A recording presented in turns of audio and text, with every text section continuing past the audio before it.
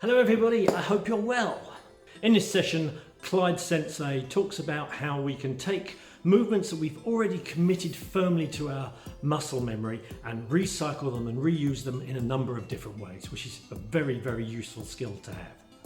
Towards the end of the session, he also talks about the importance of always having a guard in place and how you can compensate if you're a bit older and slower by using correct distance and a decent guard. As always, if you find what we're doing useful, we do appreciate it. Smash the stuff below, consider subscribing, and thank you for watching.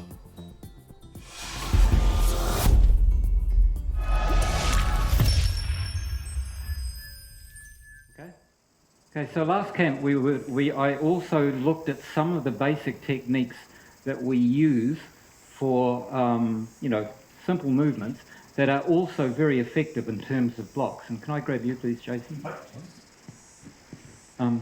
Nageshimasu. Now, as an Aikidoist, I've been taught for 40-something years to do this strike. And to be honest, I would never ever do that. The bones in my hands are far too fragile compared to his skull. Okay? I'm just going to smash my hand, and I know that. So what is the use of that movement? Throw a punch at me. Okay, that's the movement. Okay? And it's a perfect movement for, as a block, face block. But obviously I had to move my head a little bit and get in the position to make that work. And from the Aikido point of view, I see lots of blocks there. It's not a block, okay, because everything can just carry straight through, okay. So and we'll have the other hand as well, that's about where I want to block, closer to his elbow than his fist. So 2/3 to 3/4 to his elbow. Because when I push that, it still moves his whole body. If there's any tension in his arm at all, his arm won't fold. But, if I push there, there's a good chance he will just allow that to fold and keep coming through. If you've been doing that all your life, I just want a head punch and I want to do that movement.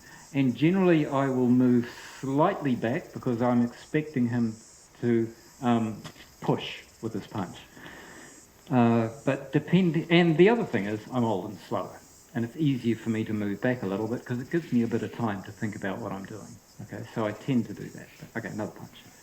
But I just want to stop there, okay, and think about what is my best technique from here. Looking at its body position. What's probably the fastest technique I can put on from here without having to move my feet? Yeah, number one technique. Ikkyo. It really lends itself to it. Because if I want to do iriminage from that position, have your other hand as well. Okay. If I want to do iriminage from that position, I have to take one step before I have control of his body. Okay? Same side again. If I did it and went to here, I don't have to take a step. I've got iriminage straight away. For the moment, just what I want you to get in the feel of is, okay, I did it with the wrong hand, wasn't paying attention, doesn't matter. And because I've moved back, he's got to take another step before he can hit me. That's all right there. So a lot of martial arts is what is in my body memory. So he throws a punch, that's in my body memory. It's there for when I right at the beginning. And if I want to close that gap, I would be keeping pressure on there, okay? So while I was closing the gap, I would be pushing to keep him off balance, bring him around. All right, what technique do we want to do from here? Let's just start with move back slightly, throws the punch, move back with it, continue the movement, okay? And don't just push his arm, because I can push his arm forever, and we keep pushing his arm.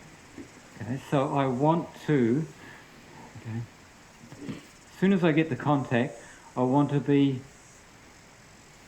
bringing that down, okay? Not push first, and I mean that's a problem. So there's that. Okay, just get your block and use your body, take him down. Doesn't look like a classic Ikkyo form, but it's the fastest and easiest technique you'll get to work. And also, if you get it wrong and you're in a little bit too far, just use your body weight. Okay, so what are we taught about our balance in Aikido? Okay, it's to always keep our feet under us. Never ever sacrifice that. And if you are being pushed off your feet, then technically you've made a mistake, but you need to find some way of getting your feet under. So in terms of watching people punch in Aikido, and so he stands up and he does this long ranging punch, and am I teaching him good Aikido there? I should never, okay, you've got a very long arm, so he should know exactly where that's going to connect, okay, and it should be about his point of balance over his feet should put his fist about halfway through my skull, and that's how I look on it, okay. That is not good. That's completely wrong from my point of view, and I've got a reasonably long arm. Okay? I've got my hands down here. I'm moving my hands at about the same distance he is, but I can't move my hands until he throws his punch. Even if we're moving at the same speed, I'm going to get hit every time, because there's the time taken for me to see the punch coming, tell my body to move, and by the time I get there, I'll get hit every time. Okay, so most people that know how to fight are not going to stand back here and start a punch and do that. They're going to walk up to you, and from there they're going to hit.